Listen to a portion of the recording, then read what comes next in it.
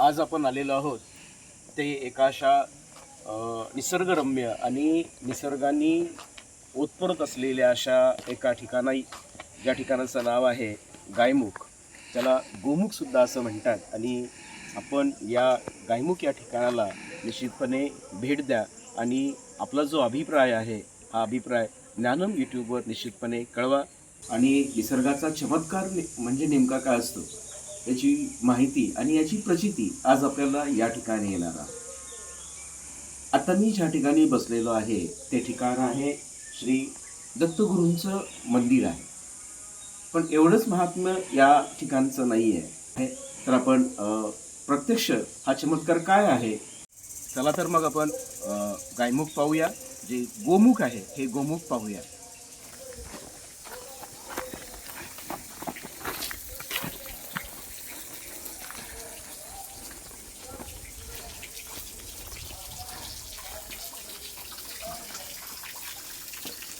हे आहे गोमुख, गाईच्या मुखातून पडणारं पाणी, आणि म्हणून या ठिकाणी गायमुख असं म्हणतात.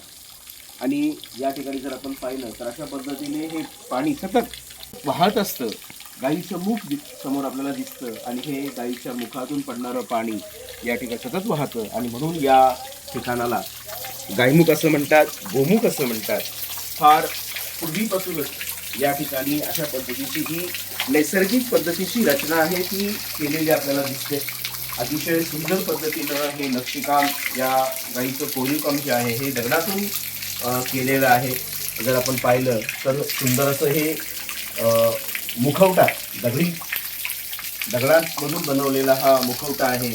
आणि या मुखवट्यामधूनच आतून पाणी येतं. आपल्याला माहीत असेल की आपल्या भारतीय संस्कृतीमध्ये गाईला अतिशय महत्त्वाचं स्थान दिलेलं आहे. आणि हीच संकल्पना लक्षात घेऊन या ठिकाणी ही रचना आपल्या पूर्वजांनी, या गायमुख गावातील, गायमुख परिसरातील पूर्वजांनी केलेली आपल्याला दिसून येते. आणि अतिशय पवित्र असं हे ठिकाण आहे. आपण जे आज बाजारामध्ये मिनरल्स वॉटर म्हणतो किंवा विकतचे पाणी म्हणतो, त्या विकतच्या पाण्यापेक्षा या पाण्याचा जो काही रुचकरपणा आहे, चव आहे, ही अतिशय रुचकर आणि मिनरलयुक्त अशी आहे. या गाईचं जर वैशिष्ट्य आपण पाहिलं तर आपल्याला दिसेल की पूर्ण दगडामध्ये अशी नक्षीकाम केलेली आहे, कोरीवकाम केलेले आहे. कान, हे डोळे या ठिकाणी दिसतात आपल्याला. त्याच पद्धतीने शिंग वर आपल्याला दिसते. गाईची रचना करत असताना हे मुख आहे. आणि हे जे आपण नागपुडी म्हणतो, ह्या नागपुड्या दोन या ठिकाणी आहेत. अतिशय सुंदर पद्धतीनं हे कोरीवकाम या ठिकाणी केलेलं आपल्याला दिसते. पायसुद्धा जर आपण पाहिले तर पायाची जी काही रचना आहे ती पायाची रचना, हे खूर जे आहे आपण म्हणतो गाईच्या पायांचे खूर, तर हे गाईच्या पायाचे खूर सुद्धा या ठिकाणी सुंदर पद्धतीने त्याची रचना केलेली आहे. म्हणजे सुंदर अशी कलाकृती या गोमुखाची आहे. आणि या गोमुखातून पडणारं हे जे पाणी आहे ते निश्चितच आपल्या सगळ्यांना आवडेल. आणि हे पिण्यासाठी योग्य असं पाणी आहे. अतिशय सुंदर असा हा परिसर आहे. निश्चितपणे आपण या परिसराला एकदा भेट द्या आणि या गोमुखातून पडणारं जे पाणी आहे त्याचा आनंद घ्या, त्याची चव घ्या, आणि एकदा निश्चितपणे आपण हे पाणी प्यायला पाहिजे. धन्यवाद. हे जे ठिकाण आहे या ठिकाणाच्या आजूबाजूला जर आपण पाहिलं तर अशा पद्धतीच्या प्राचीन मूर्ती या ठिकाणी आपल्याला बाजूला केलेल्या दिसतील. भग्नावस्थेत सुद्धा या मूर्ती असलेल्या आपल्याला दिसतील. या ठिकाणी भगवान श्री शंकराची पिंड आपल्याला दिसेल. या ठिकाणी सूर्यदेवतेचा एक मुखवटा असलेला आपल्याला दिसणार आहे.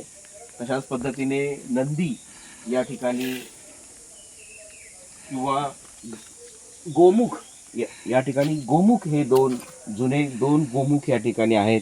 आणि अशा पद्धतीने आजूबाजूला अनेक अशा कोरीवकाम केलेल्या मूर्ती आपल्याला या आजूबाजूच्या भागामध्ये निश्चितपणे आढळतात.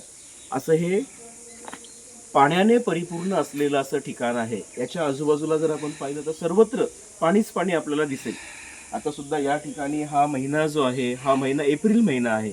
परंतु या एप्रिल महिन्याच्या मध्यंतरात सुद्धा अशा पद्धतीचं पाणी जमिनीच्या वरती वाहताना आपल्याला दिसे. निसर्गाचं एक वरदान या ठिकाणाला आहे. आणि आजूबाजूच्या गावामध्ये जरी दुष्काळ असला किंवा पाण्याची कमतरता जरी असली तरी या ठिकाणी प्रचंड प्रमाणामध्ये पाण्याचा साठा, मुबलक प्रमाणामध्ये पाण्याचा साठा अहोरत, अगदी मे महिन्यामध्ये सुद्धा किंवा दुष्काळामध्ये सुद्धा या ठिकाणी पाण्याचा जो काही निचरा आहे किंवा जो पाण्याचा प्रवाह आहे, हा पाण्याचा प्रवाह या ठिकाणी सतत वाहत असतो. आणि म्हणून या ठिकाणाला गोमुख असं म्हणतात. आणि हे जे ठिकाण आहे हे ठिकाण आहे गायमुख, म्हणजे गाईचं मुख, आणि त्या गाईच्या मुखातून पडणारं पाण्याचा प्रवाह या ठिकाणी आपल्याला दिसतो. अतिशय सुंदर असा हा परिसर आहे. आजूबाजूला जर आपण पाहिलं तर हिरवीगार अशी वनस्पतींची नटलेली वनश्री आहे.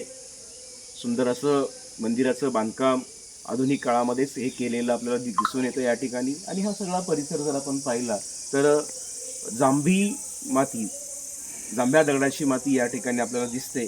आणि या कदाचित पाण्याचं जे रहस्य आहे ते त्याच्यामध्येच असू शकतं, कारण अशा पद्धतीचं पाणी झिरपून घेण्याचं काम हा जो जांभा दगड आहे, हा जांभा दगड या ठिकाणी करत असेल. आणि त्यामुळे प्रचंड प्रमाणात पाण्याचा मोठा स्तोत्र या सर्व परिसरामध्ये आहे. आणि हे गोमुख जे आहे, गायमुख, हे गायमुख अतिशय प्रसिद्ध असं ठिकाण तळा तालुक्यामध्ये आहे.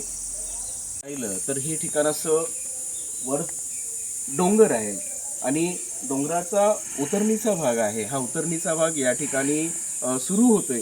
आणि या उतरणीच्या भागामधूनच, म्हणजे वरून डोंगराच्या भागातून जे पाणी झिरपतंय, जे पाणी येतंय, ते पाणी अशा पद्धतीने अगदी नैसर्गिक त्याला प्रवाह देऊन या ठिकाणी पाण्याचा स्तोत्र जो आहे हा गोमुखातून बाहेर काढलेला आहे. आणि गोमुखातून बाहेर काढलेलं हे जे पाणी आहे हे सुद्धा अतिशय चवदार, रुचकर, चविष्ट आणि शुद्ध मिनरल असलेलं असं हे पाणी या ठिकाणी असणार आहे.